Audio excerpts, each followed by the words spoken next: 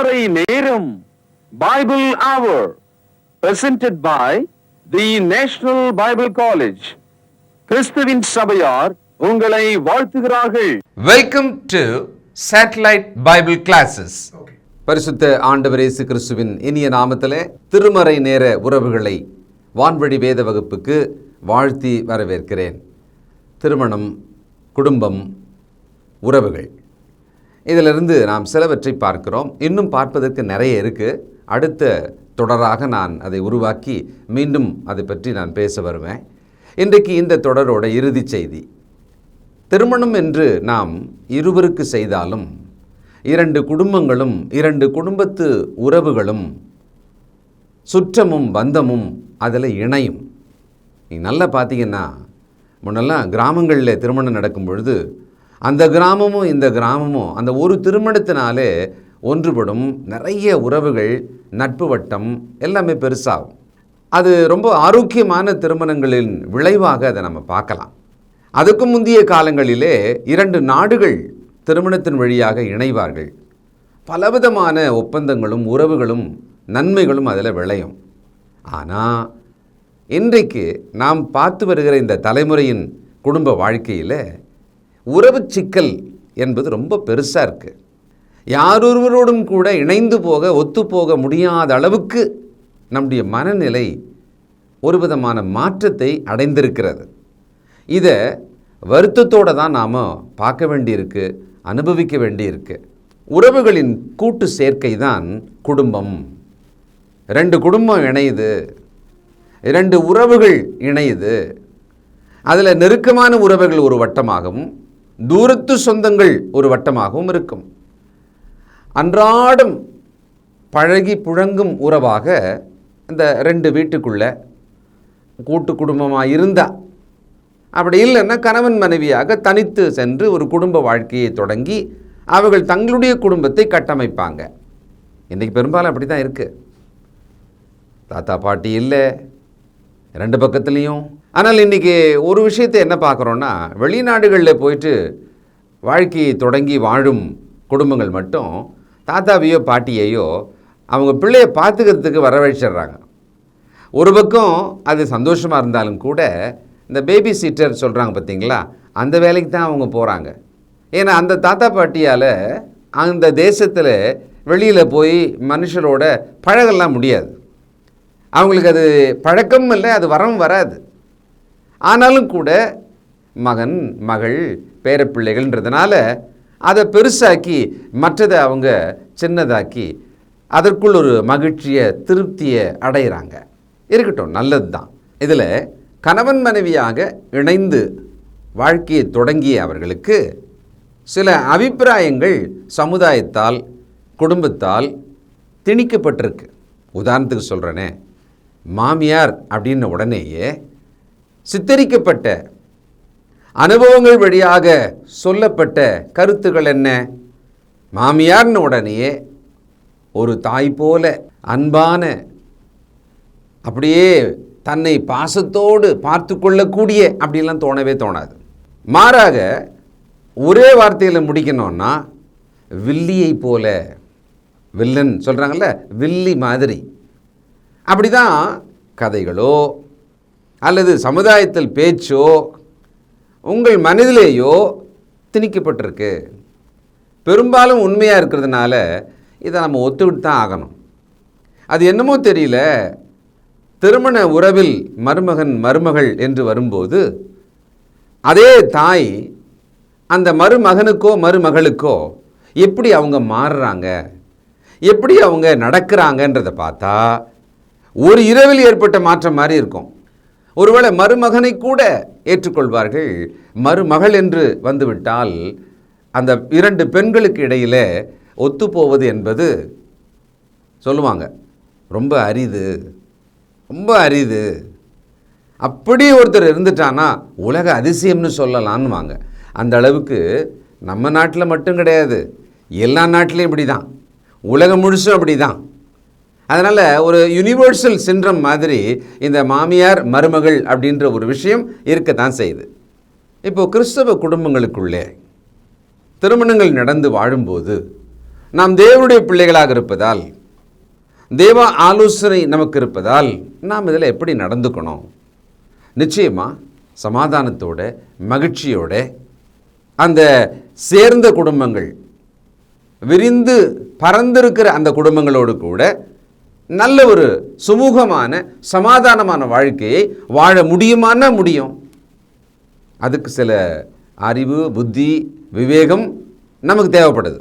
முதலாவது, திருமண உடன்படிக்கையில் இணைந்தவர்கள் இருவருக்குமே ஒரு எண்ணம் வேணும்.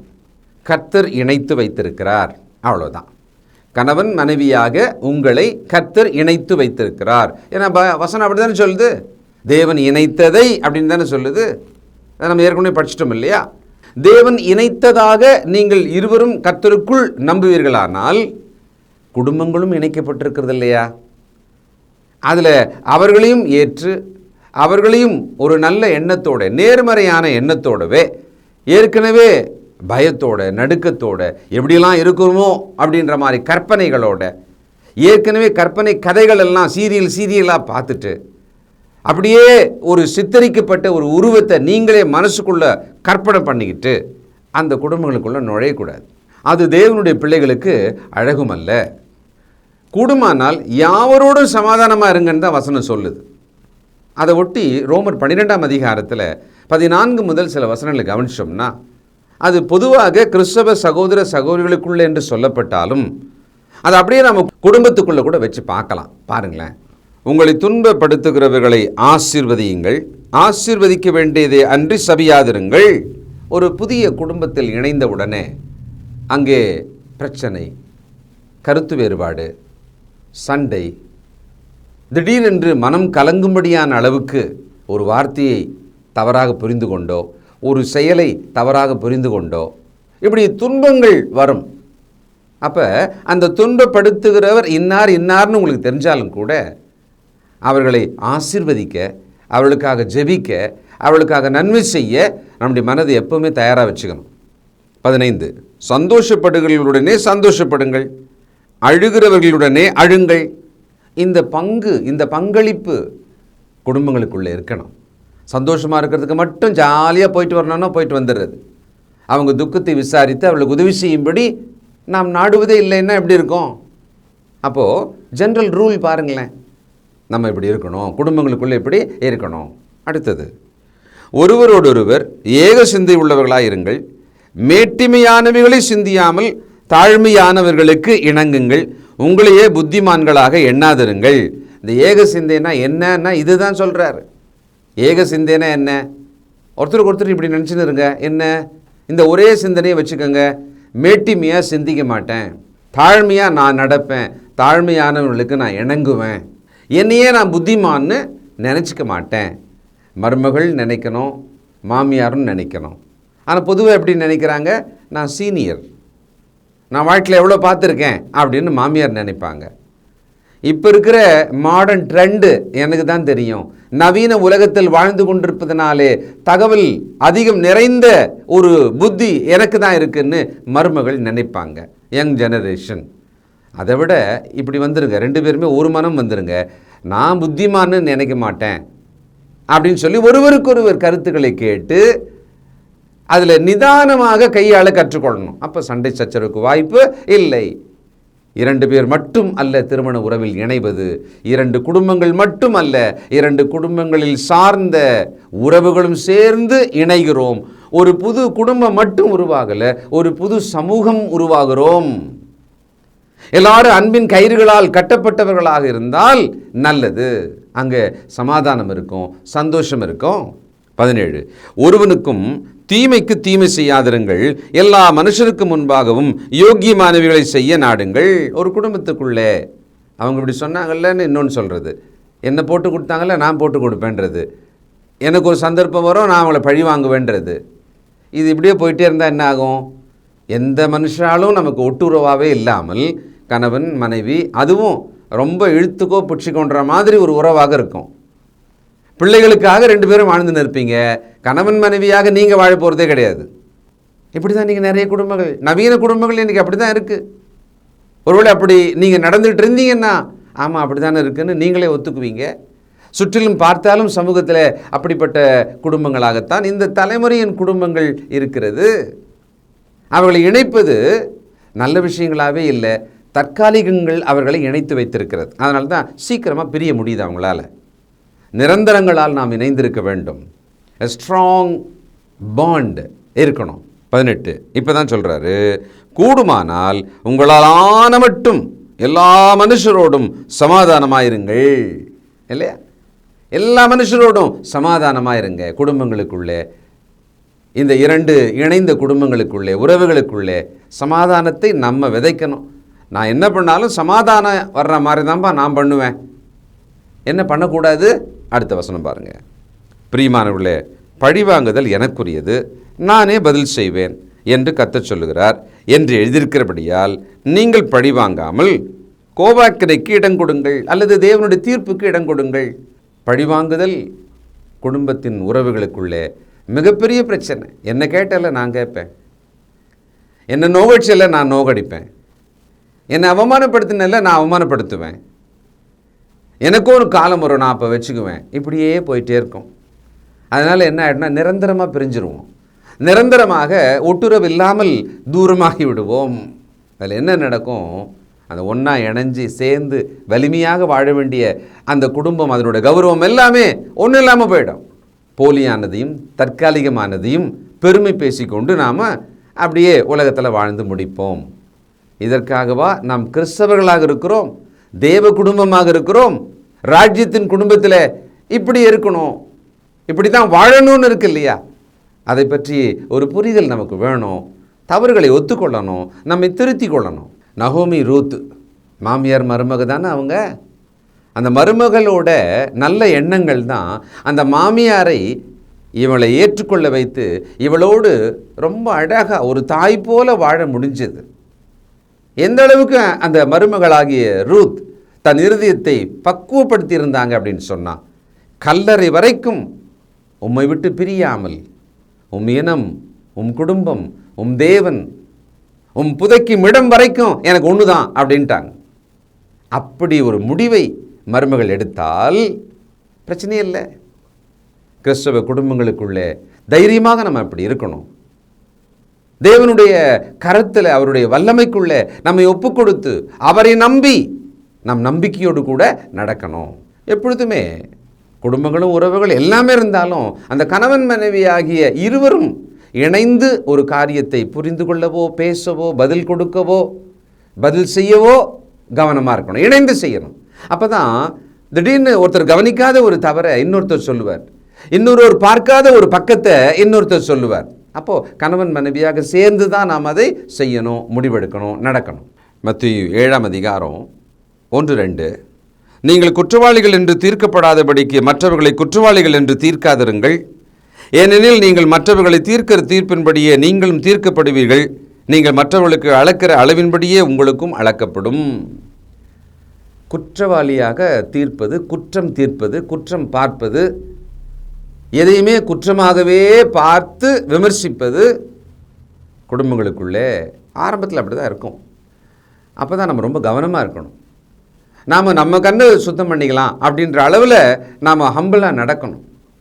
அப்போ எத்தனை முறை அவங்க பாட்டுக்கு சொல்லிக்கிட்டே இருப்பாங்க, அதுக்கப்புறம் அவங்களே புரிஞ்சிக்க மாட்டாங்களா? அந்த பொறுமை, அந்த நிதானம் நமக்கு தேவை. பொதுவாகவே மாமியார் மருமகள் இப்படிலாம் நடக்கணும், இதான்ப்பா எனக்கு, மருமகள் மாமியார் இப்படிலாம் இருக்கணும், நின்று நடத்தணும், இப்படி தான் அப்படின்னு சொல்கிறதா வச்சுக்கோங்களேன், சரின்னு ஒத்துக்கலாம். இப்போ ஒரு ரூல் 2 பேருக்கு நடுவில் ஒன்று வைப்போமே, என்ன ரூல் அது?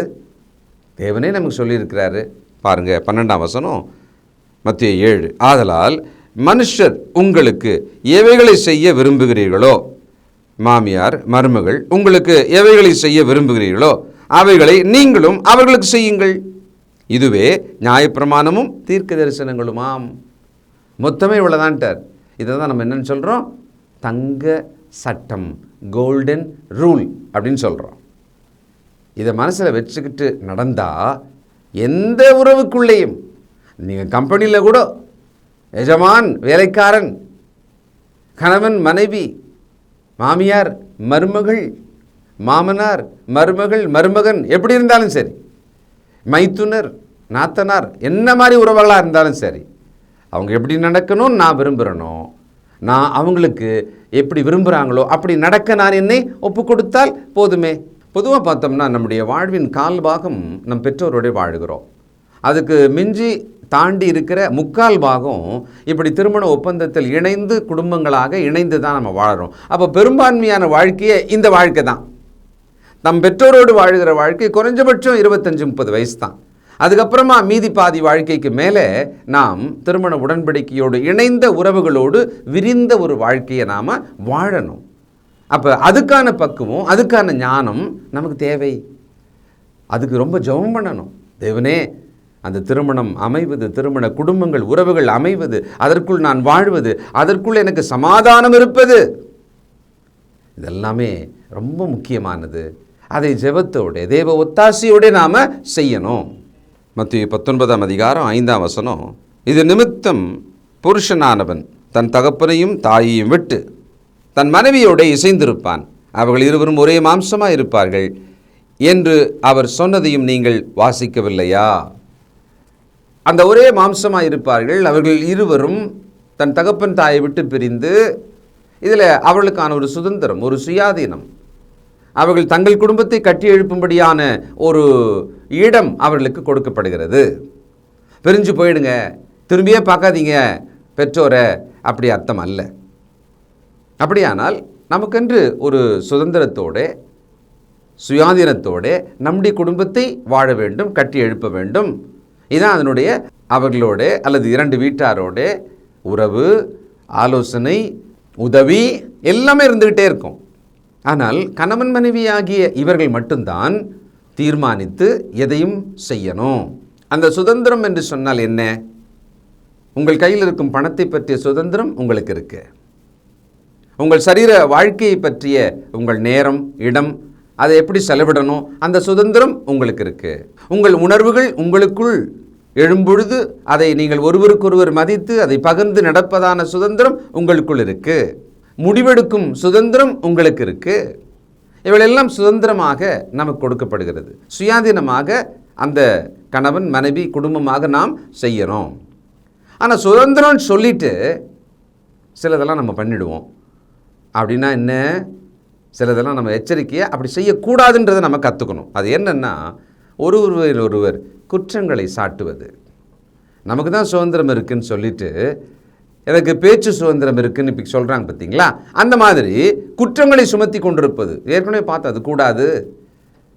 அடுத்தது மனைவியை விரட்டுவது, வேண்டாம் எனக்கு பிடிக்கலை, கோபம், அல்லது மனைவியே தன் தாய் வீட்டுக்கு ஓடி செல்வது, குடும்பங்களுக்கு நடுவிலே தங்கள் குறைகளை எல்லாம் ஒருவர் மேல் ஒருவர் குற்றங்களை எல்லாம் தூற்றுவது, பகிர்வது, அது இன்னும் பிரச்சனை பெருசாமே ஒழிய அது தீராது. இன்றைக்கி அப்படி தான் நடக்குது. அவர்களுக்குள்ளாகவே பேசி அன்று மாலையிலேயே தங்கள் கோபத்தை தணித்து தங்கள் குற்றங்களை மன்னித்து விட்டால் பிரச்சனையே கிடையாது. வளர்ந்து திருமண பக்குவத்தில் தானே திருமணம் செஞ்சுருக்காங்க.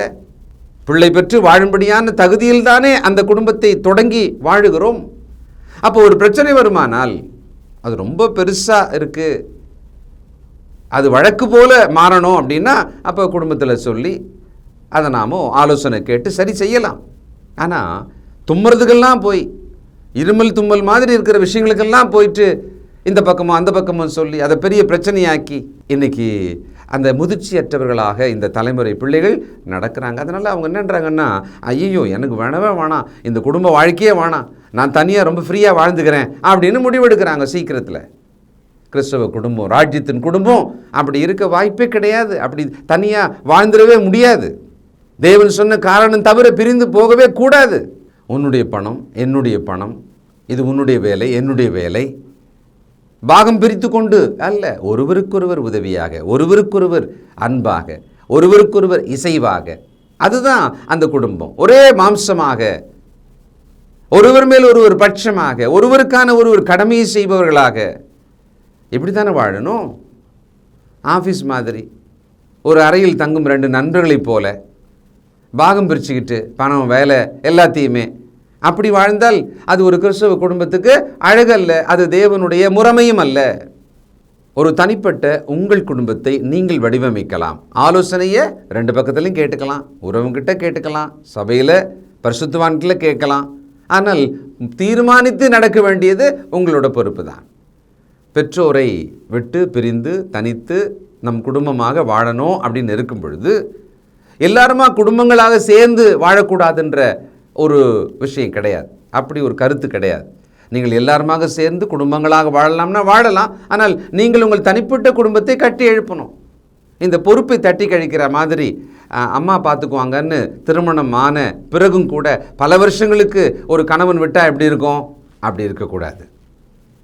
மனைவியாகிய இவர்கள் எங்கம்மா தான் எல்லாமே பார்த்துக்குவாங்க அப்படின்னு அவங்க விட்டா, அப்போ இவங்க 2 பேரும் எங்கேக்கு வாழ போகிறாங்க? மறுபடியும் இவங்க 2 பேரும் எப்போ தான் வாழ போகிறாங்க? உங்கள் குடும்பங்களை நீங்கள் எப்பொழுது கட்டி எழுப்ப போகிறீர்கள்? அதனால் அந்த விஷயத்தில் நமக்கு தெளிவு தேவை. இப்போ அந்த பெற்றாருக்கான கடமைகளை செய்கிற விஷயத்தில் நாம் பாவம் செய்யக்கூடாது.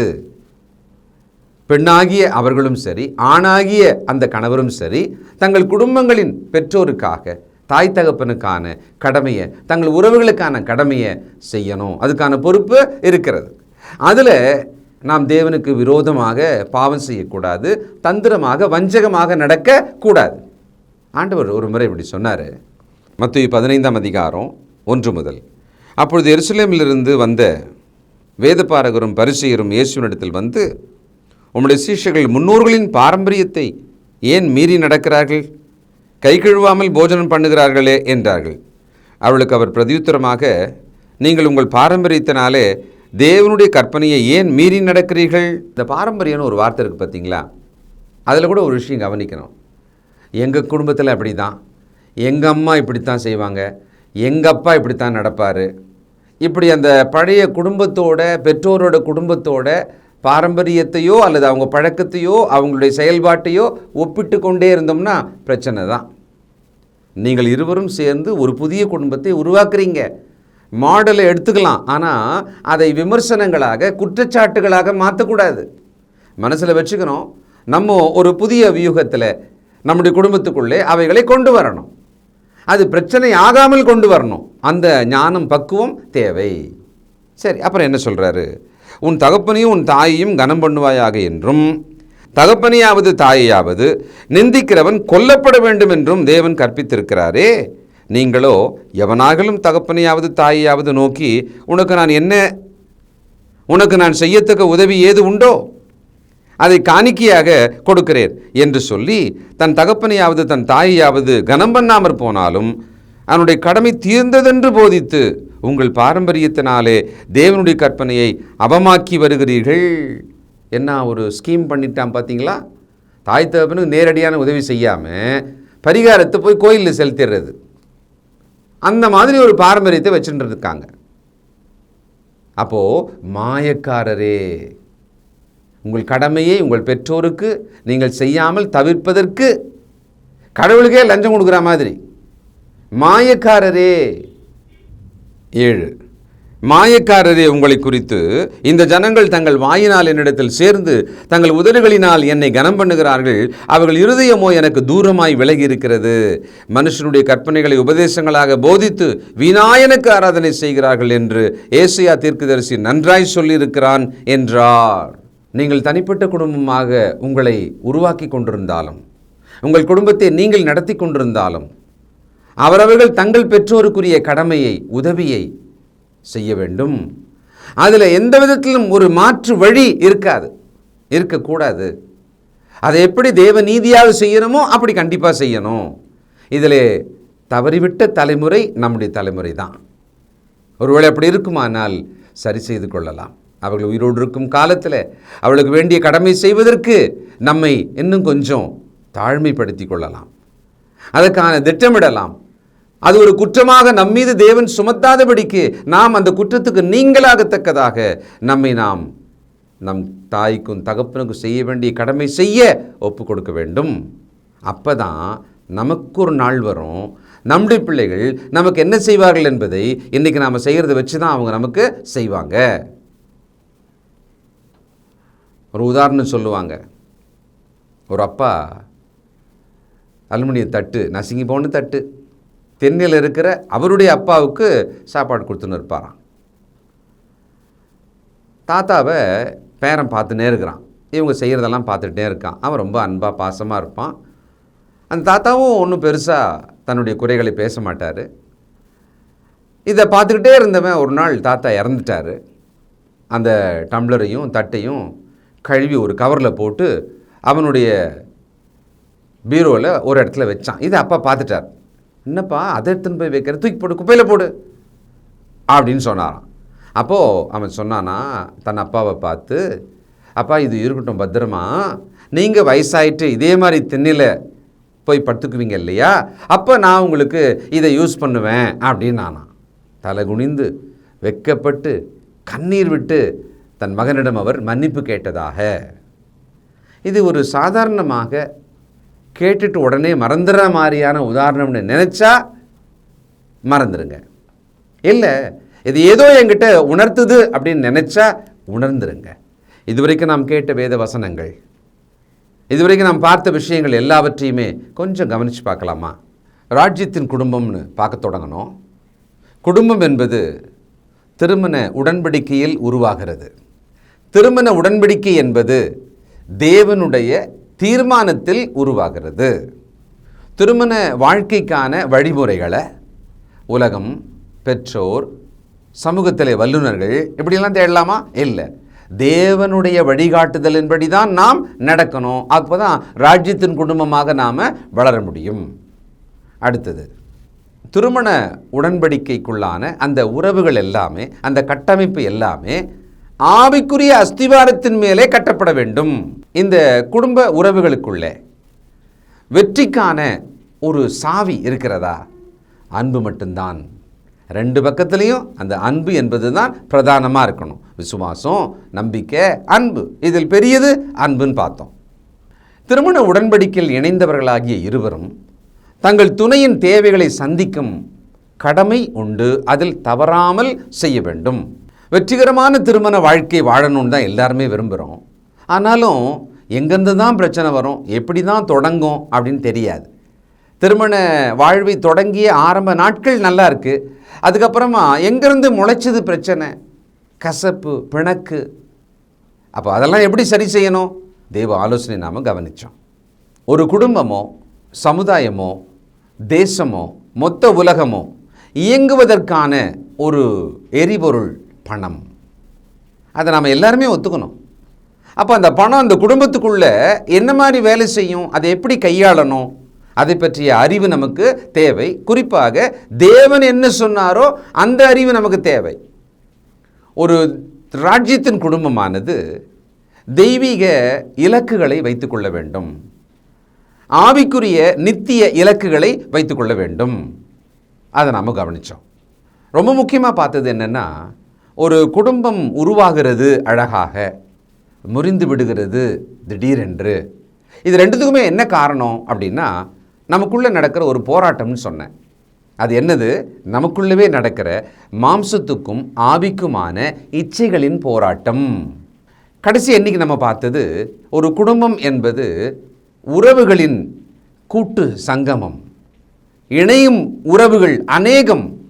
அப்போ அந்த உறவுகளை எப்படி நாம் கையாண்டு சமாதானமும் இணக்கமும் மகிழ்ச்சியுமாக வாழ்வது, அதை நம்முடைய சந்ததிக்கும் அதை எப்படி முன்மாதிரியாக நாம் வாழ்ந்து காட்டுவது, கடைசியாக இன்றைக்கி நம்ம பார்த்து முடித்தோம்.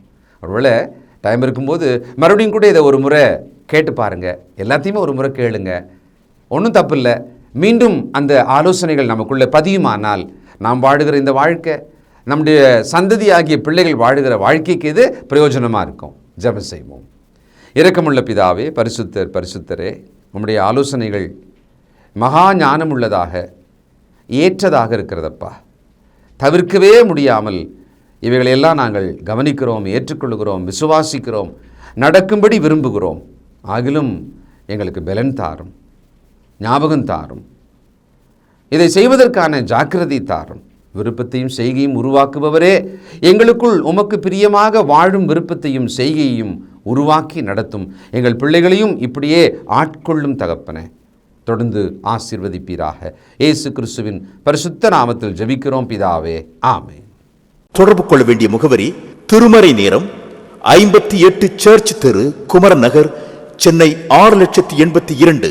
செல்போன் 9385500882. கர்த்தாவே, தேவர்களில் உமக்குப்பானவர் யார்? வானத்திலும் பூமியிலும் உமக்குப்பானவர் யார்?